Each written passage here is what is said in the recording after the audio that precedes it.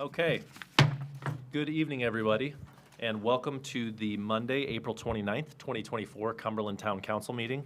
A few items of housekeeping here before we get started. We had a budget workshop from 5 to 7 o'clock tonight. This was our last workshop before potentially voting on that next month.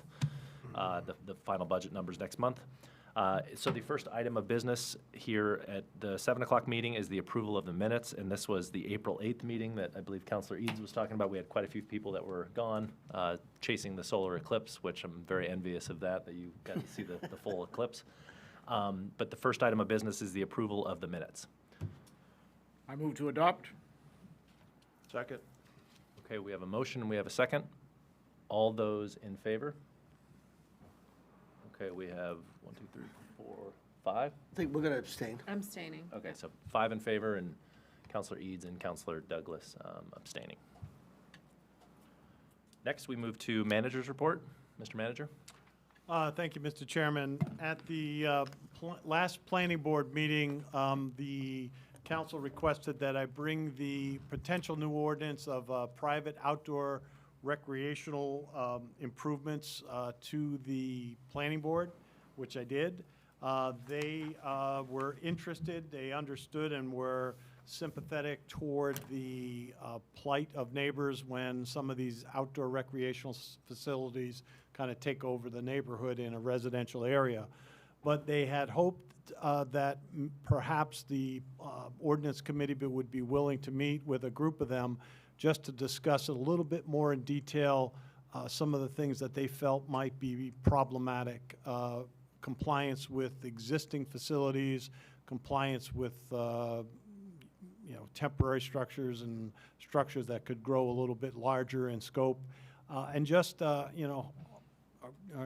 we trying to kill the mosquito with a machine gun and not a fly swatter? And I explained the reason to why we were here, that we were out of options. We were out of the good neighbor policy, and that we really needed some help through legislation. And they truly understood that, but the majority of them basically wanted to talk more with the council before really deliberating on it fully. So that's where that ended up. We also did a report on the growth permits. Basically there was discussed how many growth permits we issue. Typically we issue 65, and we are able to go 10 forward and 10 backward if we have a lot of permits requested in any year. We can borrow from the previous year or the future year, but we haven't done that in quite some time. Right now the numbers are fairly low for this current year, but we recommended no change, and the planning board accepted that. The ordinance requires that no less frequent than every 3 years the growth permits are reported to them, and I just wanted to kind of clear the deck from that. So we had a couple years to catch up with that, and then work with Bill and staff to come up with a future permit recommendation to the planning board. So those were the two big items. I did leave a laundry list of things on your new business, and I'll leave those to you to cover in the future. But we will have some busy meetings coming up. The May meeting will be particularly busy, since Memorial Day will be on supposedly the next Monday you're scheduled to meet. We've agreed to skip that night, but I may need a meeting that week, primarily to hopeful and being optimistic that at least 2, if not 3, of the union contracts might be settled, and I'd like to kind of clear the deck before the June 3rd meeting if I could with those new contracts. So we're going to be working at that. We'll get as we get a little closer, I'll reach out to you, and hopefully we can pick a night. Mr. Manager, I thought the Greater Portland Council of Governments blurb in there was very interesting, very informative. But one of the things that jumped out on me, it was the carryover. And I'll be honest with you, I'm not a fan of the carryover. If we want to encourage carryover and define it as affordable housing or something like that, I think that has some validity to it. But if we just say we're going to carry so many permits over that may or may not get used, I think that we should maybe take a look at that at some point.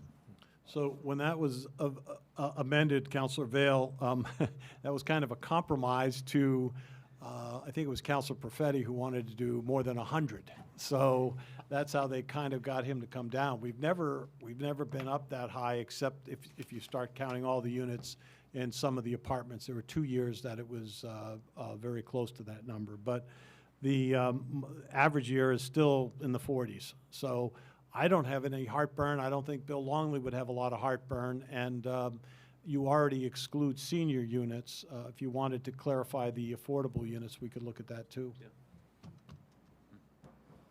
Mr. Manager, I had a question for you on the private outdoor recreation thing. It sounds like that's tabled for now from the planning board until the ordinance committee has an opportunity to meet with the planning board. Is that something that we plan on doing as part of a workshop, or what's the next step there? Well, I think the ordinance committee should hear it and schedule a meeting with members of the planning board who wanted to attend. There's probably going to be anywhere from 3 to 5.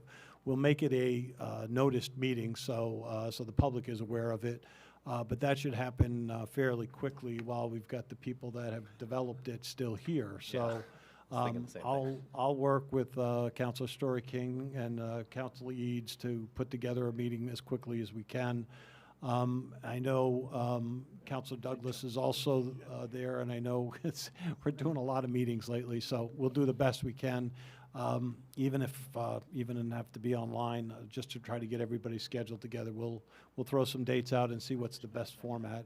We might have to do even a hybrid where some can participate via Zoom and some will have to participate in person. Yeah, this is 4 years old. Any other questions for the manager as part of manager's report? But that was a recommendation. They tabled the recommendation, so it's odd, but I think it'd be prudent, since we're not dealing with ice skating rinks right now, to kind of hear them out and just kind of see if there's maybe some additional language that could be tweaked. Do we know, I had another question on the GP cog memo that was from, I believe, 2019 when that was Yes. issued. Do we plan on getting another one of those at some point updated? Yes. I think I had the same question. Oh, sorry. Yeah, that also came back from the planning board. They said Post-COVID. that should be almost like I don't want to say mandatory, but Every 5 it's years. every 5 years we should have an update, because they discussed that in detail, and they thought that was a very accurate depiction of our community. They also felt it was a very huge kickoff tool for the comp plan committee. It would really give them a better perspective on where we're at the starting line, instead of looking back 4 years and trying to figure out what it looks like today, because it's very different today than it was in 2020. Yeah. You can see that markedly if you compare some of the information from the LDS study that we had done this summer Yep. to this report. And in the 3 years or whatever that have passed between those two reports, that there's already some market changes. Yeah, huge change and shift in demographics. Okay. Any other thing, Mr. Manager? No, but I've just, there's a lot of things to report down under new business, so I'd encourage you to make sure the announcements related to Meet the Candidates and other things are out there. And I've also added some additional council things on there as well, so. Would you like us to do that now or part of new business? No, you can do, I just don't want to forget it, that's all, Okay. because it's on the backside and you'll be rushing out the door and I'll Don't go, forget. wait. Yeah, sure. So- Okay. We may need help. Are there any of those that you would like to cover? I'm thinking like the MO on Shabig Island might be one. Yeah, the MOU on the Shabig Island radio equipment is really just that. It's a memorandum of understanding with the town of Shabig Island, the town of Yarmouth, and us on sharing radio equipment on Shabig Island. That is a critical tower in our radio network. It will become a critical tower when we implement the microwave system for our radio, public safety radio system. Yarmouth is faced with the same issues of that ridge of topography that goes across the foreside, basically blocks the rest of the town. So Shabig Island being out on the water really helps fill that gap in a really positive way. We've never had better radio coverage since we've gotten on their tower on the island. So that has helped tremendously. Yarmouth is looking for the same type of relief. And the three of us, instead of each having 3 different buildings, we're going to have one building. Each town's going to have their own wall. The equipment's going to be moved from a very small area inside the existing town hall into this new building outside. And the three of us will share in the cost. And it's really turned out to be a very positive experience. The Board of Selectmen, I think, will be voting on this to allow for the MOU to be moved forward. 2 of the 3 of us use the same attorney, so it makes it pretty easy. And I think you'll be pleased to do that. Again, more regional cooperation with our neighbors, and this is a very positive one. That kind of leads us to the next bullet, if you don't mind hitting that as well, because it seemed like shared services. We're talking about collaboration with Falmouth. So at your May meeting, on the same night, Falmouth coincidentally meets the 2nd and 4th Monday, just like us. Councilor Vail and myself have met with the town manager and a councilor in Falmouth to discuss a joint proclamation between the 2 towns to basically direct the management and staff to move forward with exploring joint services, everything from equipment purchasing to employee sharing to whatever possibly we can share to do that. We do a lot with Falmouth in that regard now, and our police departments and fire departments do some collaboration already. That will just encourage us to do more, and let's get all the low-hanging fruit in the basket, and then let's work at some of the harder things, which I think over time, when you know who your neighbors are and you can look them in the face across the table, it's a lot easier to work together. And we hope to see more of that, and we hope to see some joint council meetings with also some of our regional neighbors through GPCOG. Yep. During COVID, I don't know, not all of you were here, but during COVID, we even provided front desk services for the town of Falmouth because their Yeah. offices were closed due to the pandemic. Right. We had more Falmouth car registrations than Yeah. Cumberland. So.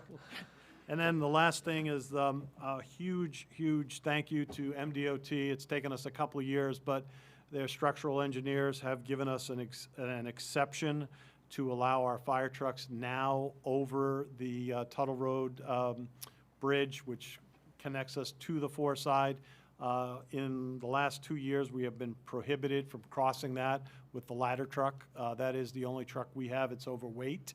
Now it will be allowed to go over for emergencies, and we will be very careful not to abuse that, and we will do our best to minimize it. And in the past, it was only through the help of Yarmouth and Falmouth that we were able to even exist on some of those emergencies. So we're really excited and I'm thankful to DOT for that exception, and that project will probably be going out to bid at the end of next calendar year. So the end of next, possibly the end of this year, but it looks like it'll be more likely in FY25. It'll go out to bid and be under construction for probably somewhere in the calendar year of 25 and 26. Great. So, and that's all I have to do under that. No, that's good. We've checked off a lot of those. I thought some of those are important to get up front. Especially, we just got out of budget meeting, workshop, talking about a lot of collaboration issues, so I think it makes a lot of sense. Thank you, Mr. Manager. This now moves us to public discussion. Public discussion is for comments on items that are not on the agenda. Comments are limited to 5 minutes per person.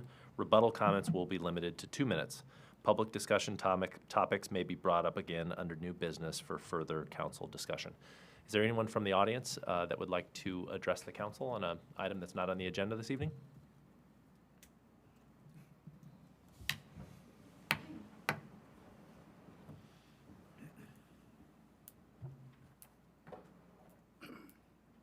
We have a stopwatch.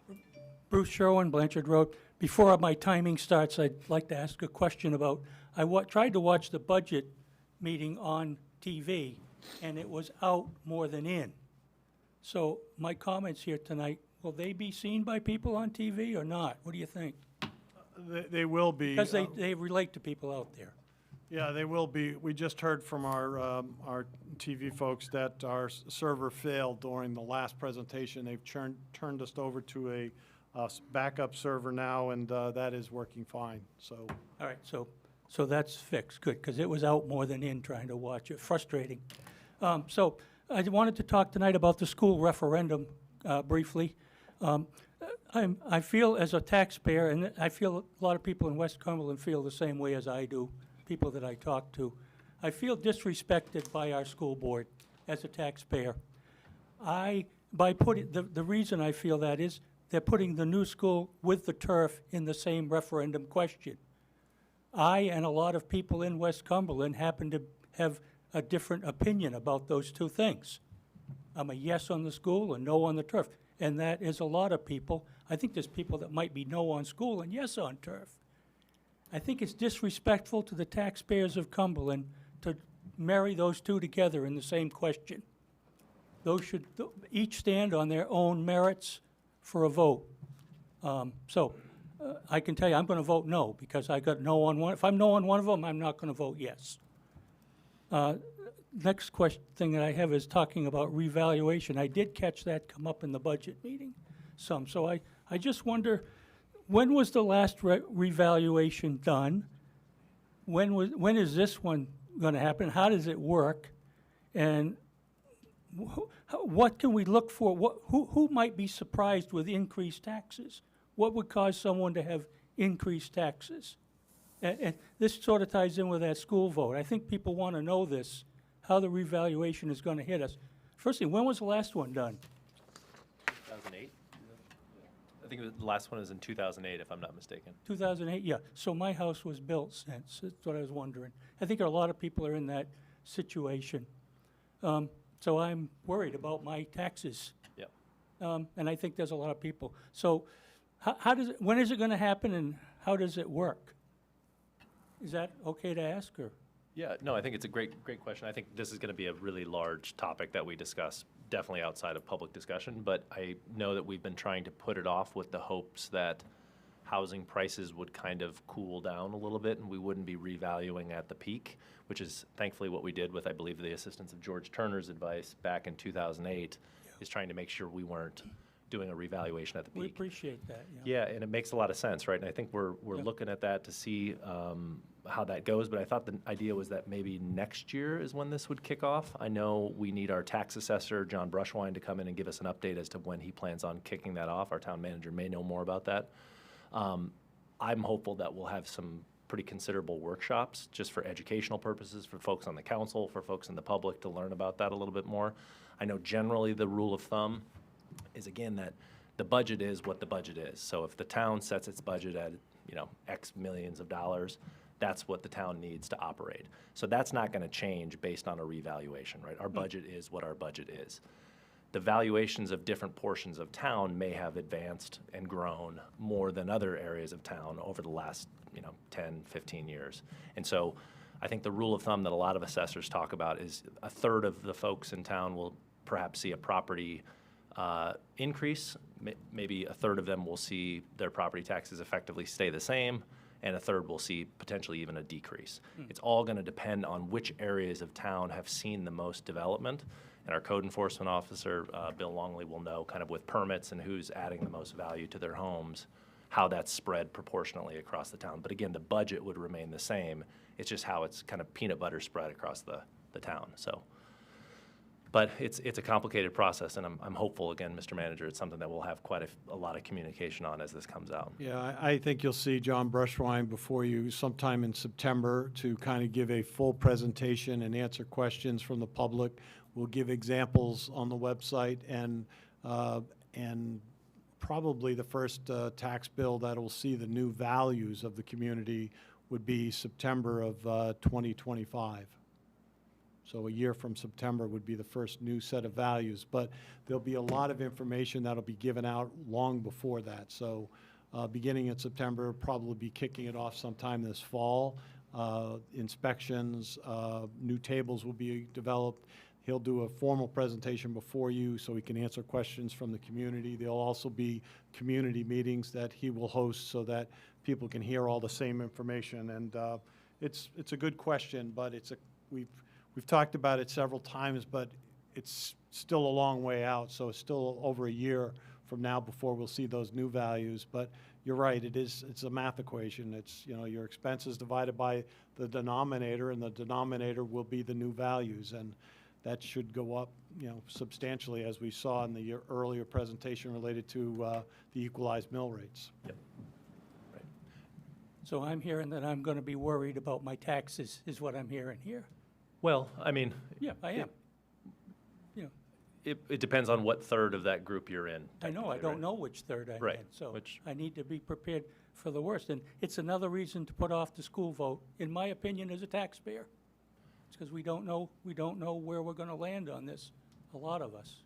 My taxes are already high. If you're on a fixed income, this is a real problem. There's a lot of elderly people in this town that are on fixed income. And, my taxes are already more than I want to pay, but,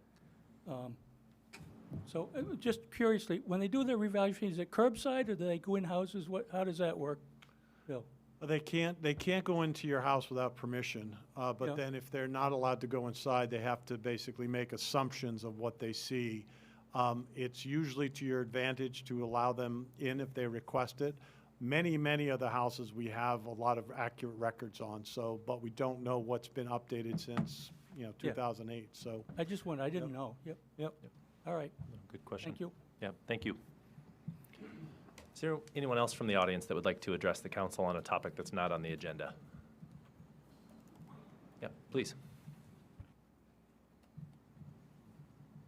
Sorry about this stuff, because I have something that might be helpful for Bruce. Denise Thorson, Cumberland.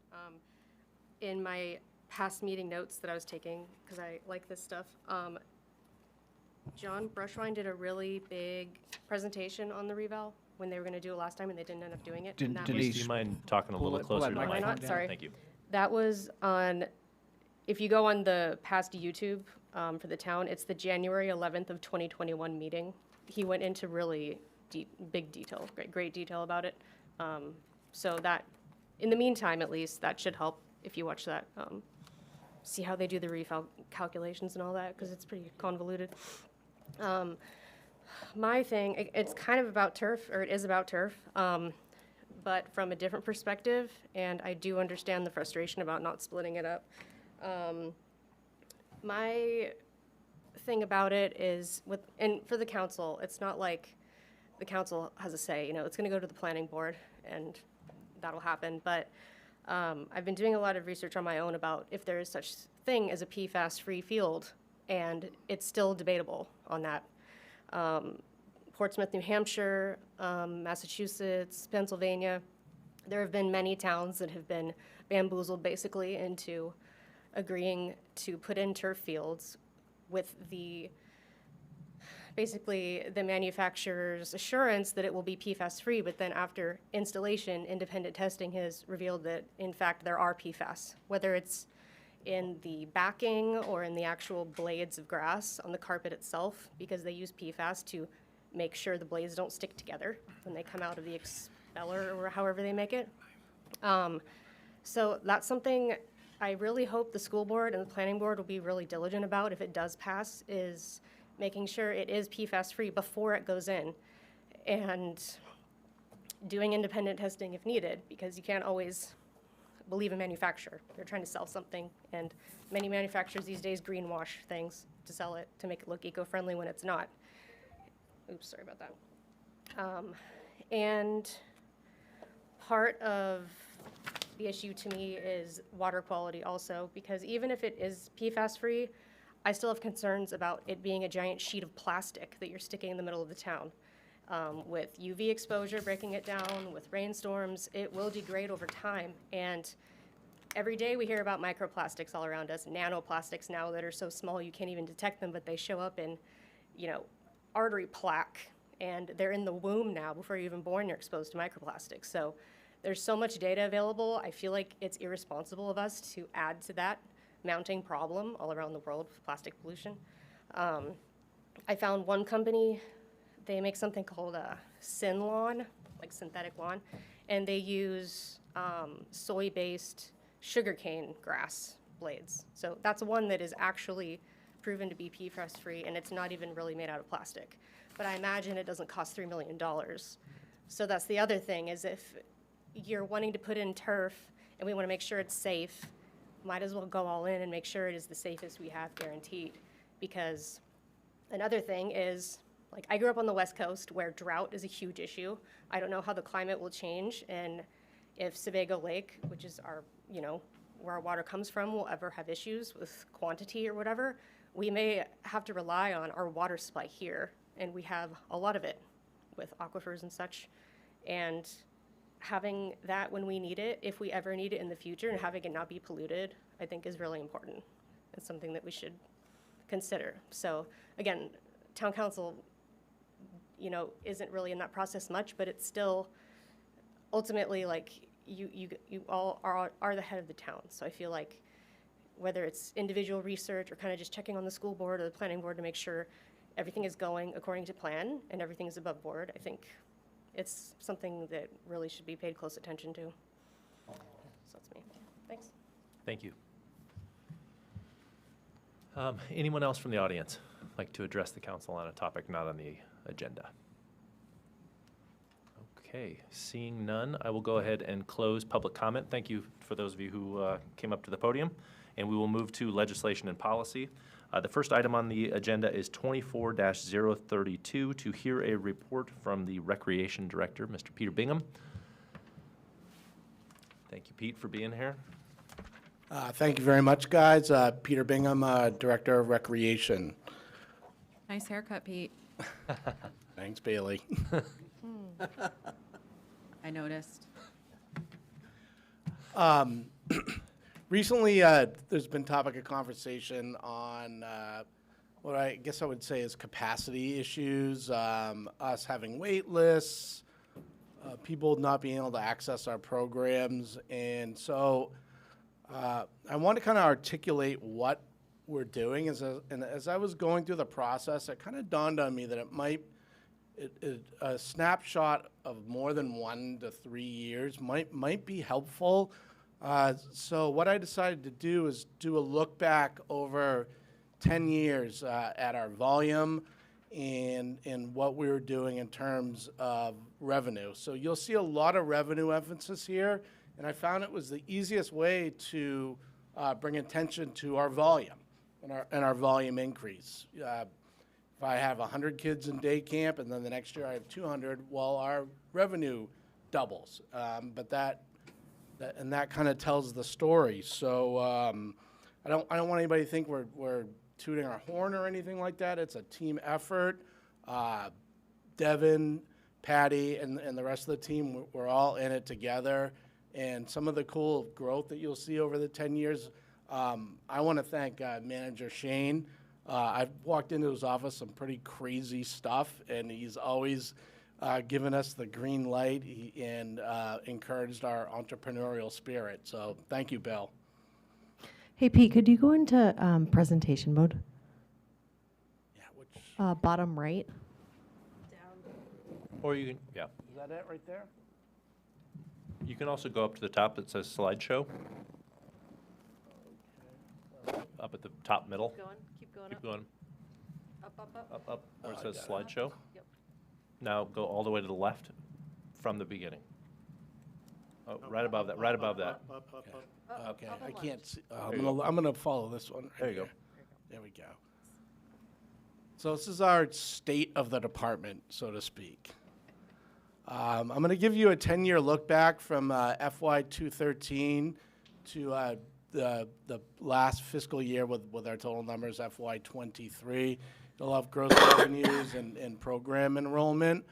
I chose 2013 mainly because that was the first year that we had our aftercare program revenue baked into our budget. The first year we did aftercare, we had no idea what it was going to do, so it was never included in the budget. So for our overall rec department budget in FY13, we did $564,000 in revenue, just adjusted for today's dollars at $757. Our budget last year, our gross revenues were $1.346 million. Just kind of a reference, my first year was 2010, and our gross revenues were $376,000.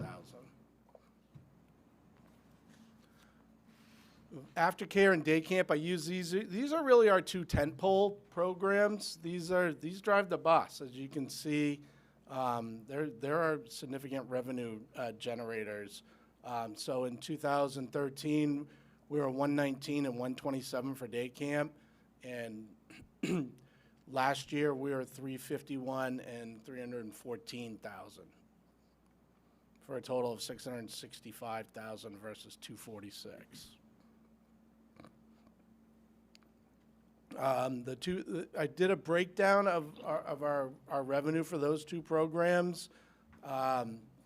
Aftercare day camp's 43% of our overall gross, and everything else was 318 back in 2013.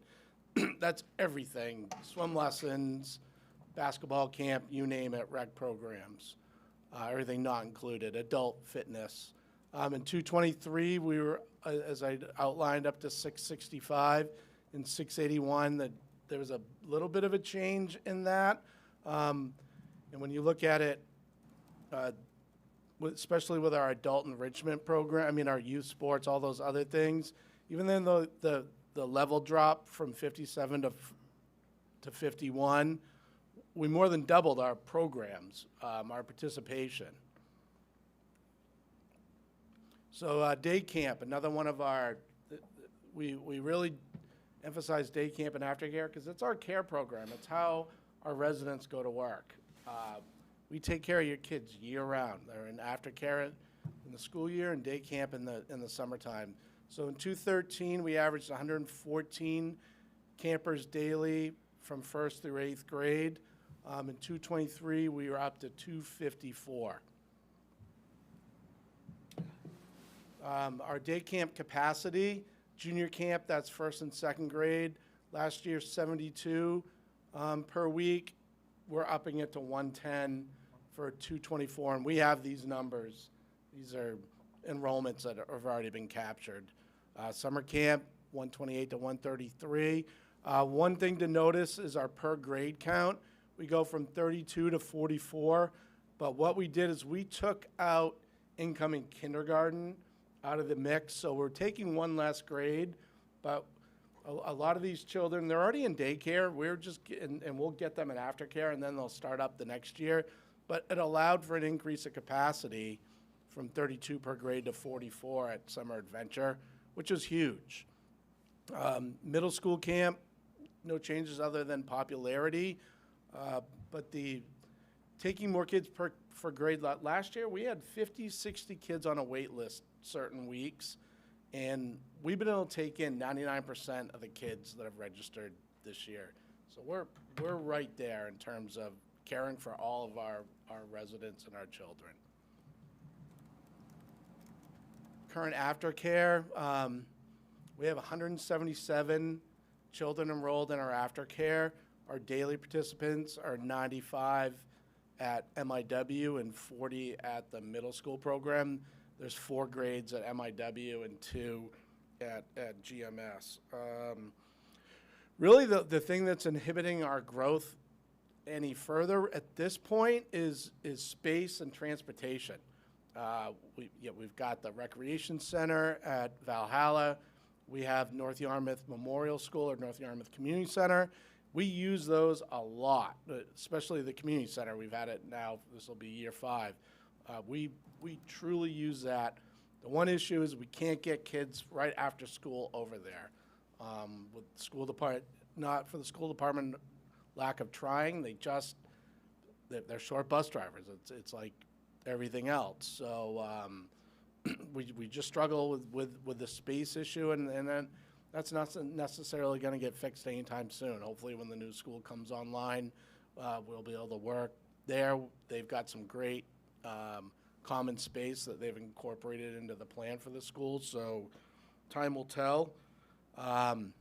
Staffing, obviously, we're just like everybody else, but I gotta say for this summer, we're in a far better place than we were last summer. I'm gonna have 57 full-time seasonal camp staff, just at our day camp. That doesn't include swim lessons, soccer, just at our 7-week day camp, which that's a lot of seasonal full-times, but we've kind of built a better mousetrap and know that the goalposts are kind of moved on us on how to recruit, and I feel really we're at 100% staffing as of this morning. So, and it's a good staff. People are starting to come back, so feel really good about that. So I'm gonna just open it up. Anybody has any questions? Go ahead, Bob. Child daycare is probably one of the largest expenses that a couple can have with young children. Just two things. One, have you seen the number of, 'cause I know I have, I've seen the number of daycares just disappear in the community over the last, 5 years. Are you competing directly with them, or are you collaborating with them? And at the end of the day, I think we're providing a needed service. And so I guess the corollary question is, how do you see yourself expanding to meet other needs in the community? Well, first question, we actually work in partnership with the daycares. They don't want the school-age children because those kids show up at 3 o'clock or 3:30 when they get off the bus, and that's a slot that they could sell for the whole day to a non-school age. With state regulations, you have to keep your ratio at a certain level. And Brad, your days, you know about daycare ratios for the state.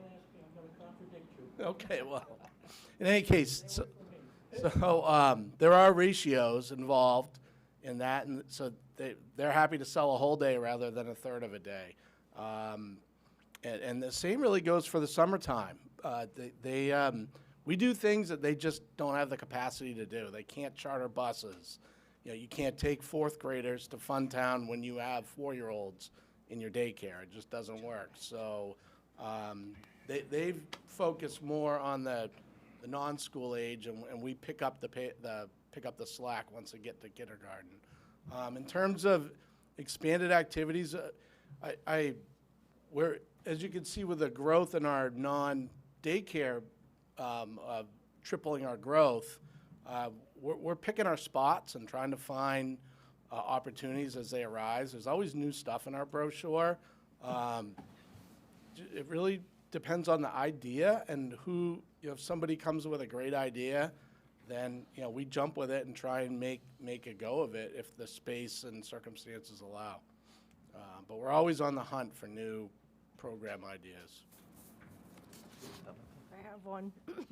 Okay, so, well, first, I do just want to say one of the things I love so much about your summer camp program, two things. One, I think that from a cost perspective, it's so accessible, and that is so important for families within our community. Camps are so expensive, kind of generally speaking, half-day camps can go up to $600 a week, even north of that. And what I love so much about the service that you guys provide is that it is accessible, and also the fact that you are so awesome about the hours. I think it's 7:30 to 5:30 with kind of free early care and aftercare. And for those of us parents that are working full time, that is an incredible service. So just kind of thank you for incorporating that into the schedule. One thing, and I don't think you do this, and shame on me if you already do, but during school breaks, is there ever an opportunity, I'm probably one of the worst offenders, I never plan kind of activities for my kids during school breaks, and then they're puttering around the house, and I just wonder about doing a camp for those of us terrible parents who haven't planned appropriately for their children to do something during April break and February break. Is that something that exists, or if you guys have ever kind of thought about doing that? So we do occasionally offer enrichment camps. Last year we had a green screen filmmaking camp over April vacation. In terms of staff-generated programs, we do run vacation camp during February and April vacation. Those are for our aftercare enrollees only, and we're so limited there because of staffing. A lot of our staff in the summer and at aftercare are teachers, and they're like, I need a break. So we typically cap our vacation camp at around 40 to 50 kids, and we're struggling to find those 6 staff we need for that. However, like I said, if we have kind of what we call a third-party contractor that comes in, like a Mad Science, and is willing to run a camp that week. I can make more of an emphasis on trying to reach out to some of our vendors to see if that's something that they would be interested in doing more often. We have the space. Space isn't an issue whatsoever. It's just our own internal staffing. I mean, Bill Shane's retiring. He might be able to help staff. So Shirley. Those, That's what you need to do, Bill. Available. 2 new counselors for you during the. Civil Engineering Week with Bill Shane. Yeah, but we can't do that because Bill's already signed on to be the middle school camp director this summer. Oh, my God. Yeah, the grandkids aren't enough, Bill? I'm the swim instructor, so be careful. Pete, I have a question for you. You and Devin and others were amazing during the registration day. It's like I black it out at this point just because it was so crazy that morning, logging on at 7 o'clock in the morning or 8 o'clock in the morning to be able to sign up for basically the entire summer. And if you miss that opportunity, you're, what are you going to do this summer? So Devin was amazing, but I felt like I called the office 2 or 3 times, and I know that she was getting 1,000 calls that day. Have we talked at all about how we maybe change that process to make it more, I guess, accessible, like maybe making a larger window for people to be able to register? You mentioned that 99% of the people that have registered or looking to register are kind of fit within a camp, and so I think that's fantastic. But do we know whether we're giving people the right, 1 week window to be able to register, or because right now it just seems like you're on at 8 o'clock in the morning, and if the server breaks down and you refresh at 8:01, you sometimes don't have a camp. And so I'm just wondering, that's obviously a testament to how great your programming is, but also how dire the need is for childcare over the summer. And so I don't know if you guys have talked about that. We how to have. change that. We've had extensive dialogue on different ways to try and mitigate. One of the things that we've considered is taking day camp and making it its own day, and then having everything else another day, or splitting off adult programming in terms, because you've got the people that are looking urgent for 7 weeks of daycare. You've got the folks that are looking for a couple of sports camps, and we've got some of our 55 plus trying to just get in a fitness class. They're calling, going, my password needs to be reset, and we've got 20 people fighting to get into day camp, and they'll get into water aerobics, no problem. But so we are looking at potentially setting up different registration days, Okay. just to kind of thin it out a little bit. I also liked the fact that you had a single option. So if somebody wanted to book all 7 or 8 weeks or whatever, 12 weeks or whatever it was of the adventure camps, I thought that was a great option for people.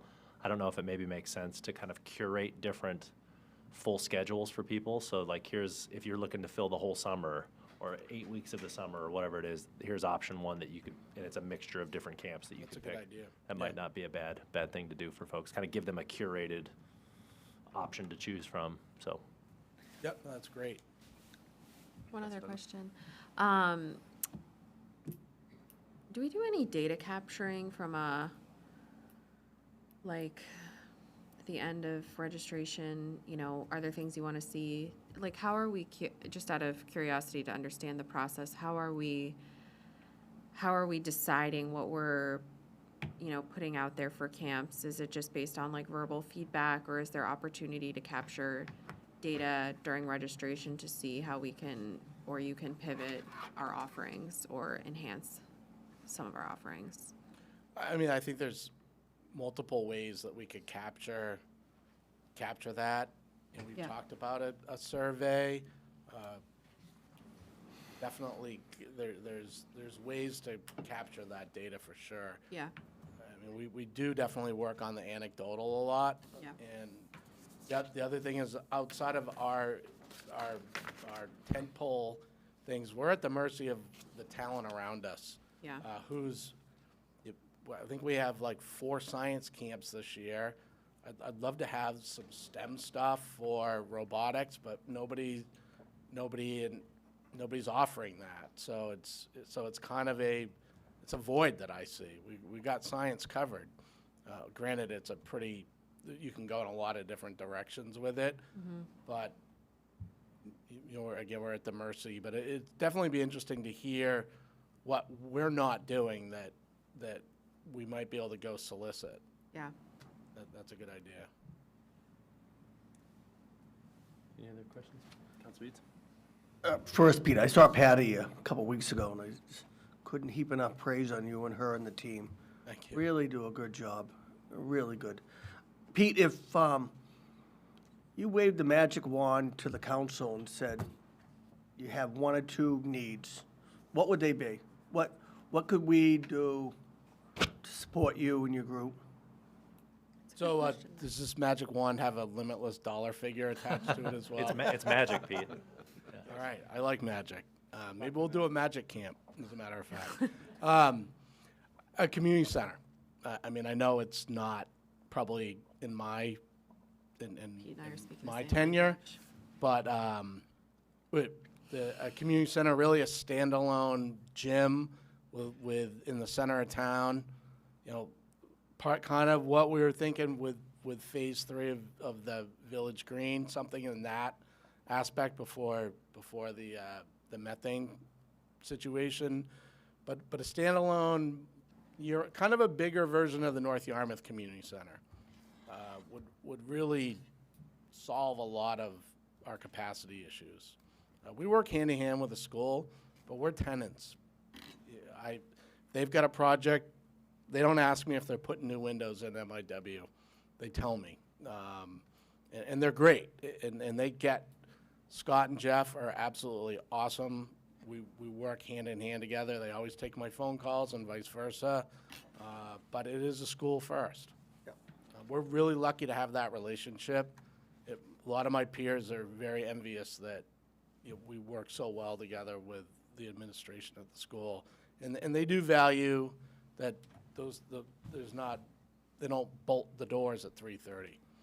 We're basically in those schools from 3:30 to 9 in some cases. And that makes it all work. Thanks, Pete. Thank you. Did you have a question, Shirley? No, My- I'm just so proud of them. I've been on the Recreation Committee for a long time, and the growth over years has just been phenomenal under Pete's leadership and the Recreation Advisory Committee, and nothing but positive things. Yeah, thanks. And I also had to jot it down. I wanted to thank, this is the last time publicly I can thank Shirley. In my 14 years here, when I started, she was on the Twin Brook Advisory Board, which had a lot of influence in decision-making and was right there with the Recreation Advisory Board and making things operate smoothly. And when we sunsetted that committee, she jumped over to Rec, and we've been working together since my first week on the job in 2010. It's been a pleasure, and Thank I'm you, sure it's Pete. not the last. I'm I'm trying to sure. recruit her as a citizen rep going forward, but I wanted to thank you. You're welcome. It's a pleasure. That's great. Any other questions for Pete? Okay. Well, Pete, thank you so much for preparing that, and keep up the good work. Obviously, you guys are growing like gangbusters, so that's wonderful. Killing it. Killing it. All right, I appreciate it. Thank you for the time this evening.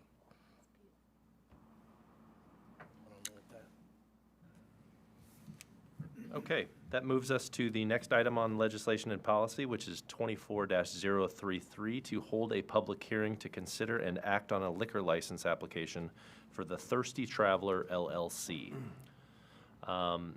It's my understanding that this is not a physical location, but rather a mobile traveling, kind of an old horse trailer, I think, or something that was maybe converted to a mobile bar that could be taken to events and weddings and things like that could pull up, but they also required a liquor license from the state that they State needed. required that they That have they get it from the town. Yes. And so this is their first time applying, but it seems like everything's been filled out and paid. I don't know if any counselor has a particular question on this. This was the first, I think we were trying to figure out where this was when we Well, first met. Mr. Chair, John Bagshaw, the owner, is here, and John, Oh. if you want to go up and be grilled for at least 10 minutes. Actually, that would be great. Thank you, John. John is well-known in our community. His sons were basketball superstars in our town. John has some gym space. Did Pete That's leave? Yeah, why don't you two? Pete was looking for some gym space, John, so, John, is the trailer parked out front by chance? No, it's not. It's at I have a barn at my house, and we just park them in there. And it was, they're two antique horse trailers that were converted into mobile bars for like weddings and functions and things like that. And they're kind of like a work of art. I'm really proud of them. The guy that built them did like live edge wood. So if there's any functions that the town has, they like to have a bar. Right at your house, Bailey. Yeah. About retirement. Karaoke at my house. There you go, right there. I've got a lot more friends now. since I- Yeah, sure. That tracks. How many trailers do you have? We have one, and the second one's going to be done in about a week. Okay, and would this license cover both of them, I presume? Yeah. Okay, The, gotcha. the license is for just a liquor license in general. It's not where you actually use the liquor license. The trailers are just a place to use them. Got it. So sometimes if we do a function at a wedding and you can't bring the trailer inside, we'll just have a regular, something like this, to serve it. Got it. Got it. Does anyone have any questions? Do you have to carry insurance, or do the renters, or are there, let's say you did a wedding, like, I got so nervous at my son's wedding about people drinking that they got a function insurance rider, and I got a function insurance rider, and my brother who owns the place had a function insurance rider, just in case someone did something stupid. We have insurance on our liquor license, Okay. serving the alcohol. So the bartender, if he overserves or serves Right. minors, we can get Okay. in trouble for that. And that goes with, It goes with the liquor license. Yeah. okay, good. Mark, when you're ready, after the public Sure. hearing. I was just curious, where do you perform events mostly? Within the state of Maine, or are you also do in other states as well? We're in Maine. Moonlit Ridge is up in Otisfield. One of my friends owns it. We're doing 3 weddings up there. We really haven't even marketed it at all. I just put it on Facebook, and I've gotten a bunch of calls. I got 2 calls yesterday, 1 today. So I'm excited about it. Yeah, that's great. So, and then one of my friends owns a business, and he's opening an office, and we're going to do one up there in Augusta. Awesome. It can be challenging to find a bartender, so this is a, Oh, yeah, I have plenty of bartenders. And then they all come out of the woodworks, too. They think they're a bartender. But yeah, Councilor Vail. Are you storing liquor on your own residence at home? Yeah, you have to have a brick and mortar to get a caterer's license, and you have to have a caterer's license to get a liquor license. So is there any violations of local law of storing liquor? No, that's why the state required him to come before you for approval of the liquor license. So staff has reviewed this and has no objection to approval of the license. We're not concerned about keeping it locked up, or the onus is on him? The onus is on him. Okay. Well, I will happily accept a motion if there's no further questions. So, Oh, excuse me. Thank you very much. This is a public item, so we'll open it up to public comment if anybody has comments or questions about this particular agenda item. All right. Seeing none, we'll close public comment on this agenda item, and I will happily accept a motion. Mr. Chairman, I move to approve the liquor license application for the Thirsty Traveler LLC. Second. Okay, we have a motion and we have a second. I think somebody's looking for a catering service for their karaoke parties, so that makes sense. Any other further discussion on those motions? Seeing none, we'll call for a vote. All those in favor? Unanimous.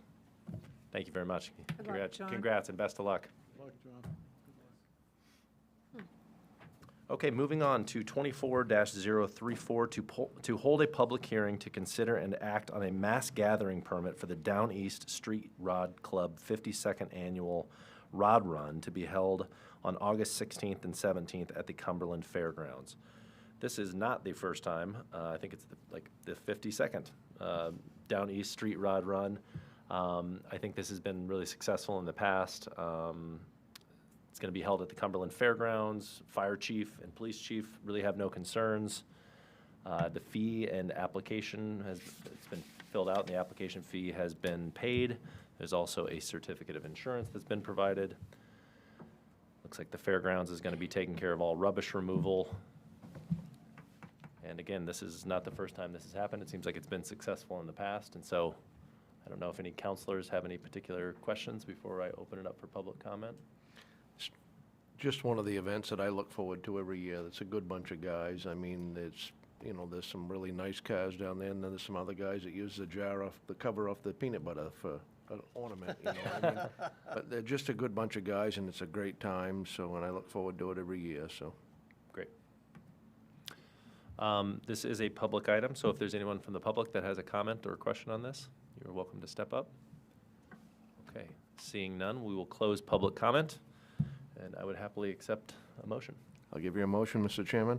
I move to approve a mass gathering permit for Down East Street Rod Club 52nd Annual Rod Run to be held on August 16th and 17th at the Cumberland Fairgrounds. A second.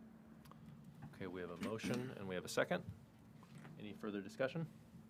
Seeing none, I'll call for a vote. All those in favor? Unanimous. Okay, moving on. The next item on the agenda is 24-036 to appoint election clerks for a 2-year term. What about Skip one. 35? Oh, I'm so sorry. I Skip the real riveting. Yeah, one. well, guess that was subconscious. Sorry, Bill.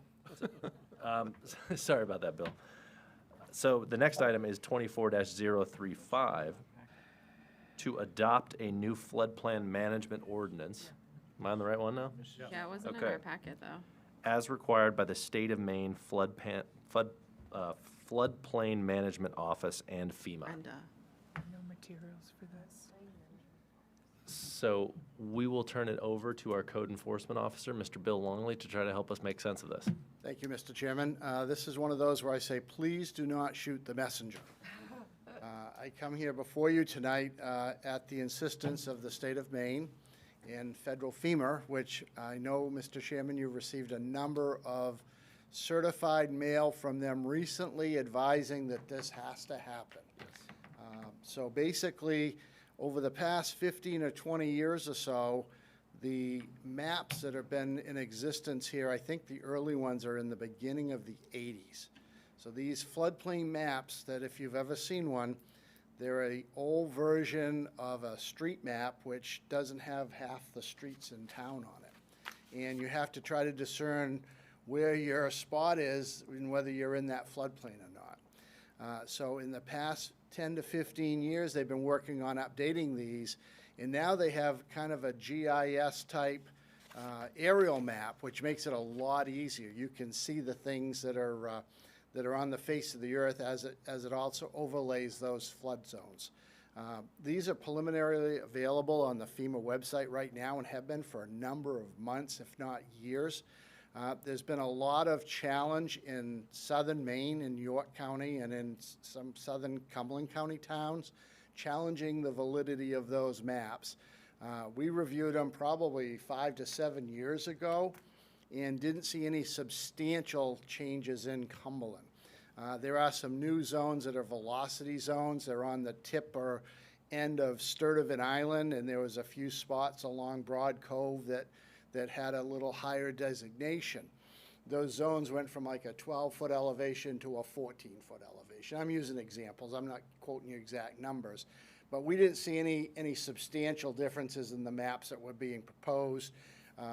We've done very little over the last 5 to 7 years other than wait for them to finish up. And all of those towns have vetted their appeals process. They've all run out. Some of them may have got some concessions, maybe minor. But the state has, as recently as February, sent me the most updated version and said this is what you have to adopt. And we've kind of set and waiting. It goes into effect in June. June 20th, 24 is the date on all the brand new maps. And those are all here in my I have the actual maps right here, and that's the date on these maps. That's the effective date, June 20th, 24. So your adoption of this ordinance tonight is adopted tonight effective that date. And once it's adopted by this board, we'll forward it to the state and say, we have adopted what you told us to. The council does have an option of making it a lot more restrictive if you wish. It doesn't really affect that many places in town because most houses on the foreside are at an elevation high enough. It does, if you didn't adopt this or you made it too restrictive and the state said, no, you can't do that, it may put us at jeopardy of not being able to be in the flood insurance pool. And that's the benefit of adopting this and doing what they're asking, is that we are eligible to be in the national floodplain pool. And that benefits the homeowners that do need flood insurance. So I'm here tonight to ask you to adopt, and it's basically, I didn't redline the ordinance. I just said this is what they're telling us we have to mandate, and this is what we're going to replace. So we're replacing the old floodplain ordinance effective June 20th, 24, with the state's and FEMA's brand-new draft. My question would be, for the old ordinance, was that also a state and federal mandated ordinance Yes, that we these have been didn't in, redline? these have been in the loop, I think since the 1960s or 70s. It was in late 60s or early 70s when this first started happening. And I've been here 20 years this month, and we've only done it once in the last 20 years. We've updated it once. And the maps have not been updated since the 80s, so these are mostly housekeeping issues, mostly changes that are consistent with the dating and new maps.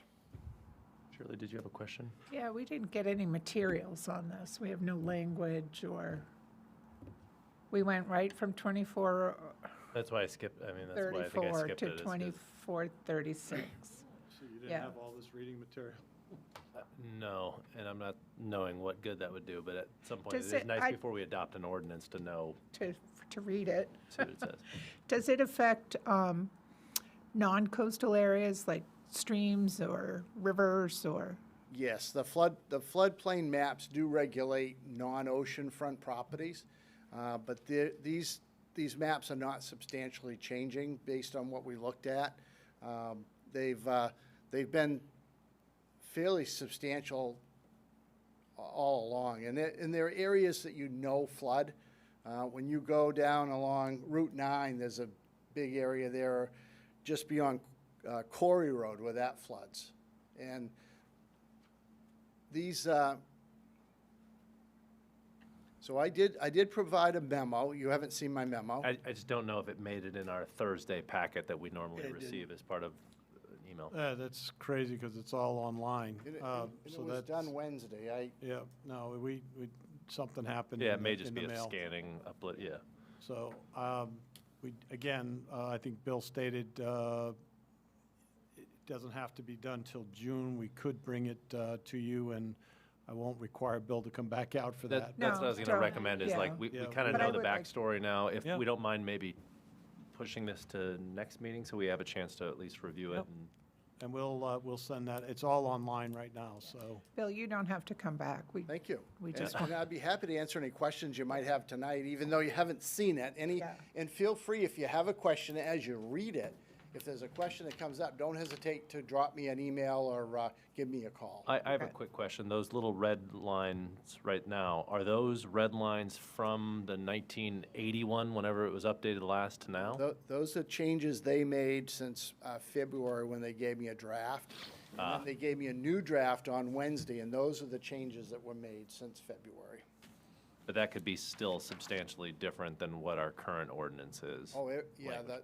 the maps are different. So Okay. most of what you're approving is their wording with the velocity zones and the things that are on the new maps. Oh, sorry.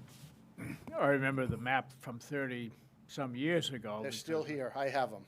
Yes, because my wife and I had to get a waiver when we were getting ready to get our final mortgage, because they insisted that we were in a floodplain, and I believe we had to have an engineer come out and sign off on the fact that we weren't.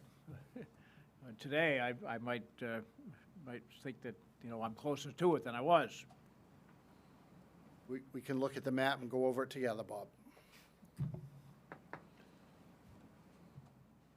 I just have one question, and it might be in this packet. So we obviously had that devastating storm earlier in the year that, my family is all in the mid-coast, but, just decimated wharves and docks. And so I was just curious as to whether or not the data that kind of goes into the floodplain, is it also not predictive, but are they kind of looking at long-term trends around like the warming of the Gulf of Maine and how that might impact climate change and kind of these 100-year storms that seem to be happening a lot less frequently is what I'm getting at.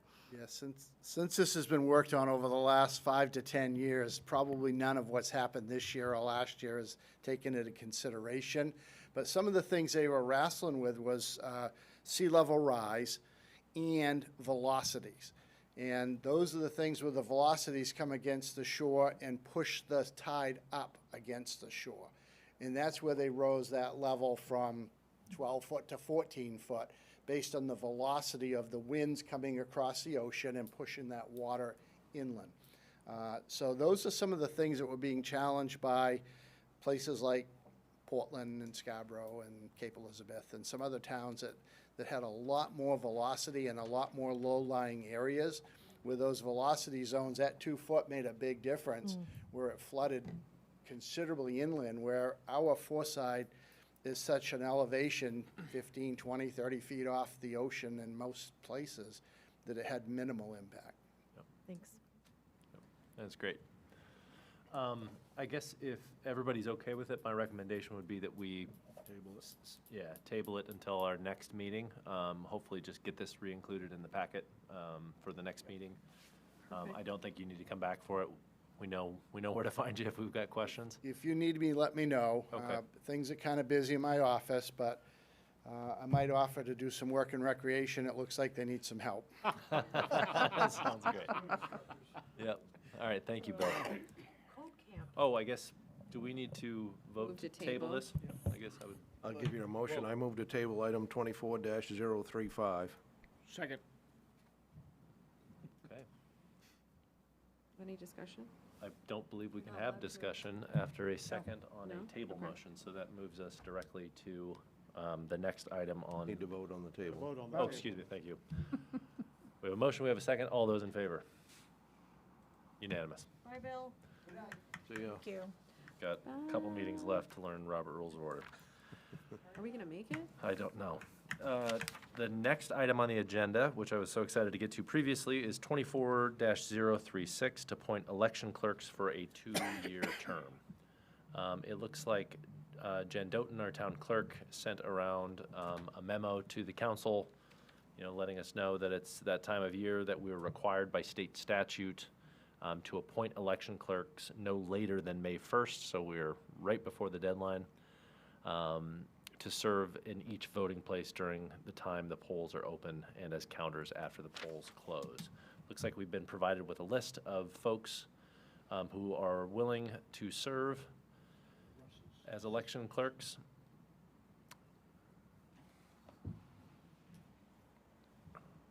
Recognize some names on here, obviously.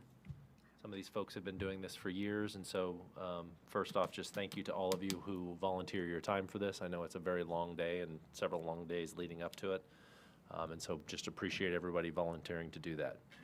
I don't know if anybody has any questions or thoughts on this. I have one question, just a curiosity. When you have the tables manned with a Democrat and a Republican, can it be a Republican and an unenrolled, or a Democrat and an unenrolled, or does it have to be a Democrat and a Republican? That's the town clerk's call, and I don't think there's any rules of order related to that. She just has been trying to keep it fair and balanced.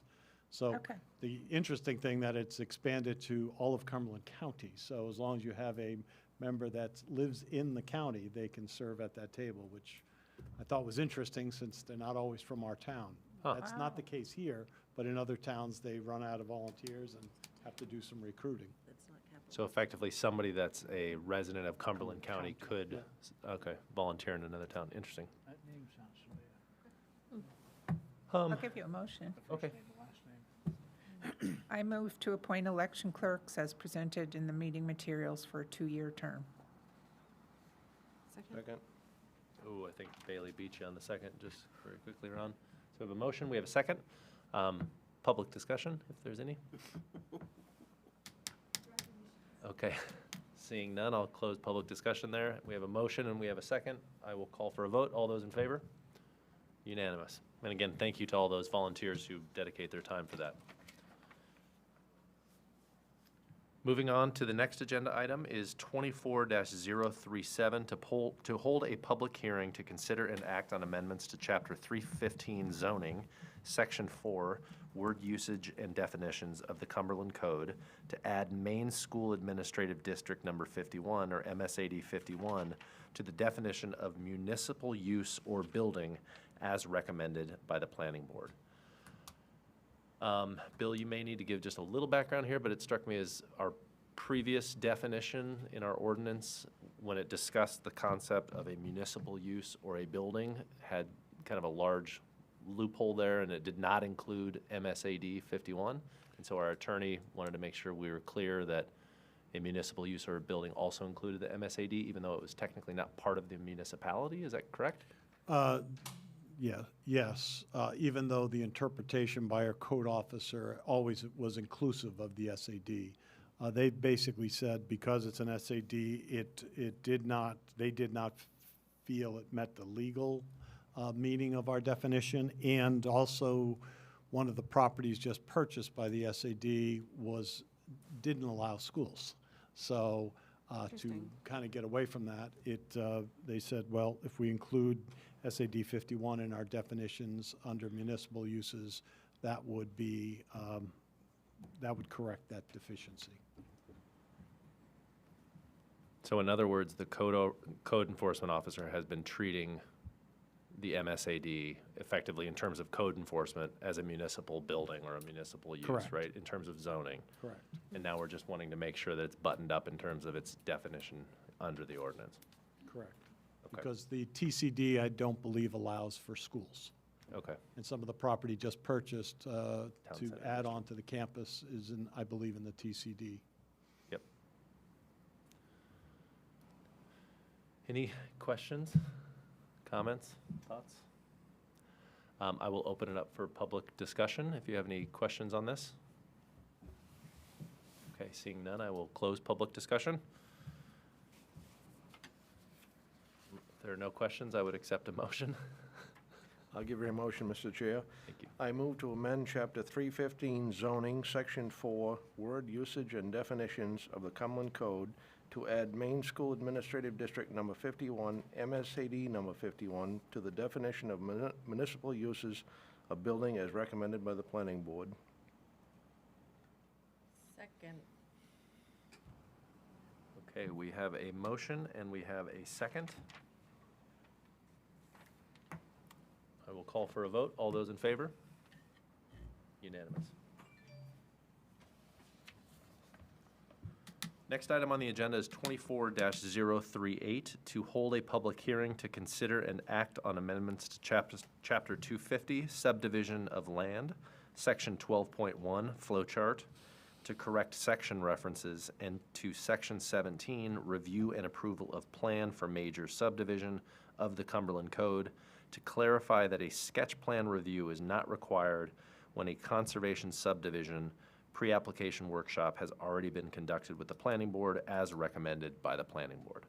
So again, this looks like something that's coming from the Planning Board to the Council, trying to streamline the process, make it a little bit easier for folks that are going through the conservation subdivision process, that if they have already gone through a pre-application workshop, they no longer have to submit a sketch plan, which they normally would have to do had they not already gone through that workshop. Is that? That is the second part of it, correct. And then there was a issue with the flow chart that got corrected as a housekeeping item by the Planning Board. Okay. Yeah, if you don't mind pulling up the flow chart, that'd be great. I have a question. Reference to sections. Out of curiosity, what is the value in eliminating the sketch part of the process? Because in my mind, that feels like that's something we should still be doing now. They technically are, Okay. because when they meet with the Lands and Conservation Commission, they're presented the two options, the conservation option and then the standard. Yeah. And that acts as, so they'd almost be doing the same meeting twice. Yeah. So Okay. that's the reason why. They're not eliminating it, they're just eliminating Right. both. That's fair. as long as they're still doing that. Yes. I'm It's your downstream inefficiency. Yeah, I would agree, yeah, it is. But I feel like the way it's framed in the verbiage makes it feel like it's not eliminating, it's just consolidating, right? Consolidating into phase one of the process here. Okay. Do they have to have accepted the sketch plan review? Like, what happens if they decide, the developer decides to change the plan in some minor way? That has not happened. I don't know why they would do that, but it could potentially, and it might send them right back to the starting line. And I think that would be. Back to the town planner? Back to the town planner and the code officer, meet very closely with them to make sure they're following this process. And what they present at sketch plan is not really a binding depiction. It's just the trail they go on next. And then they'll meet again before they submit to the planning board to make sure they're on the right path. So I think it's working so far. I think this was really kind of a housekeeping to let them off the hook from doing it twice, because we've had it done now twice for the last 2 conservation subdivisions, and it seemed very redundant to the board as well as the applicant. Councilor Bill? 2 things come to mind.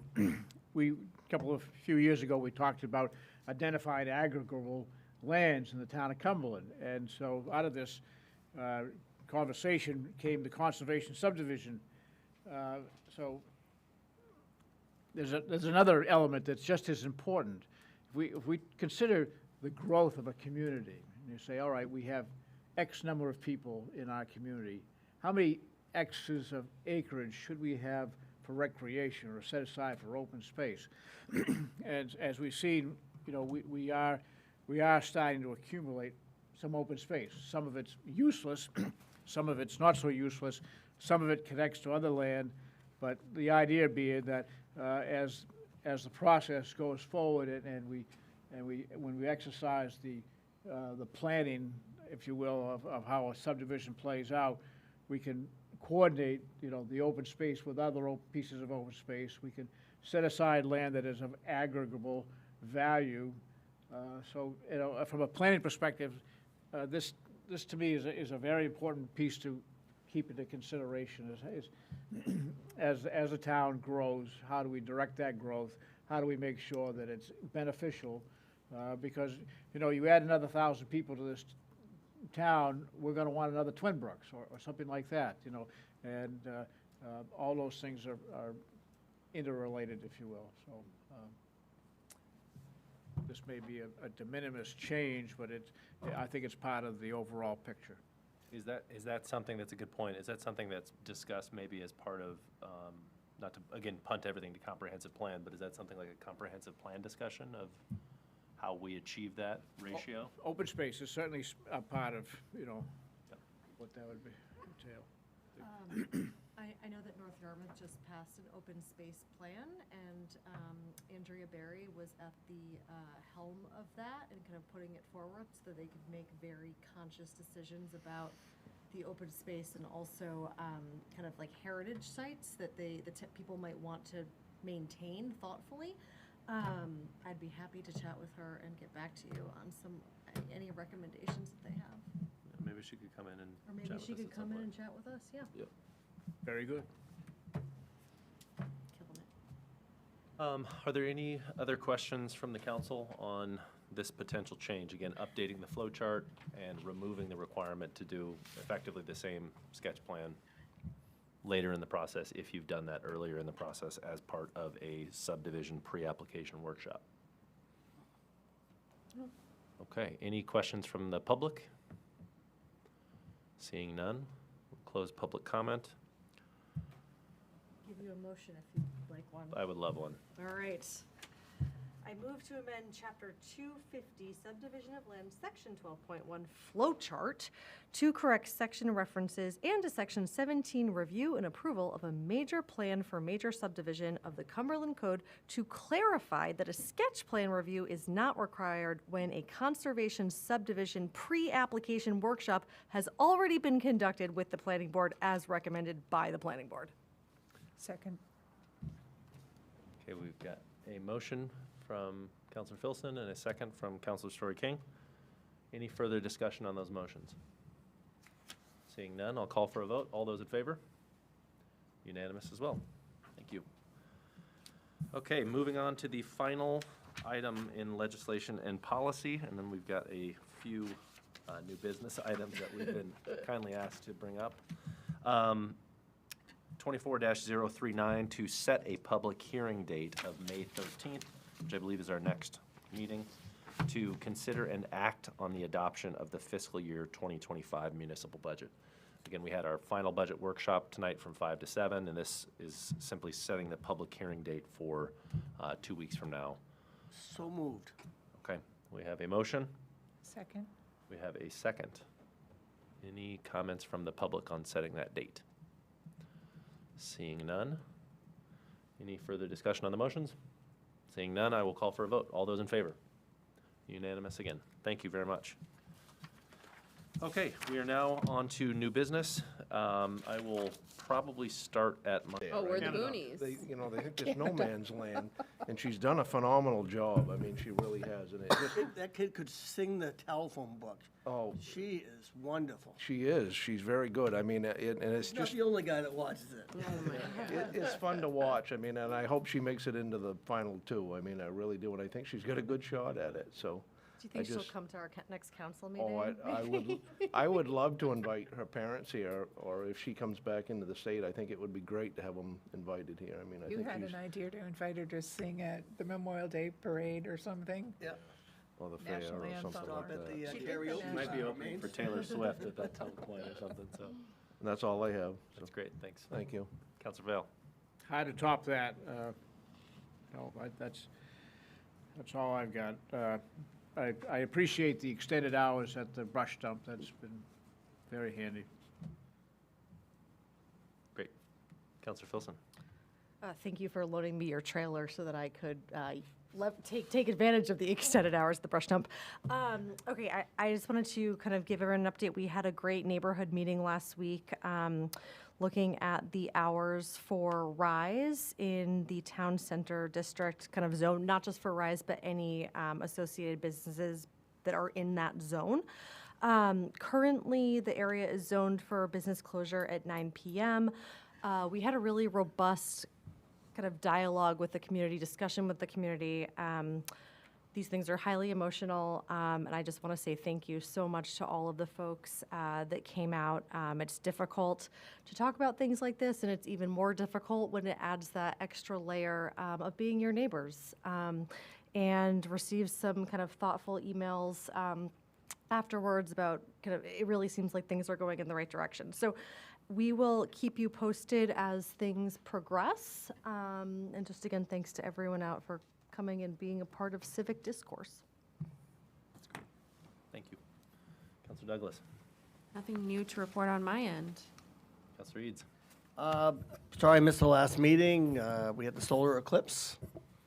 And although I hated missing the meeting, the drive down from Jackman, as Ronnie knows that road, it should take from Jackman to Cumberland 2.5 hours, and it took 8. Wow. So I stayed up overnight. It was a good choice, but there's a lot of traffic.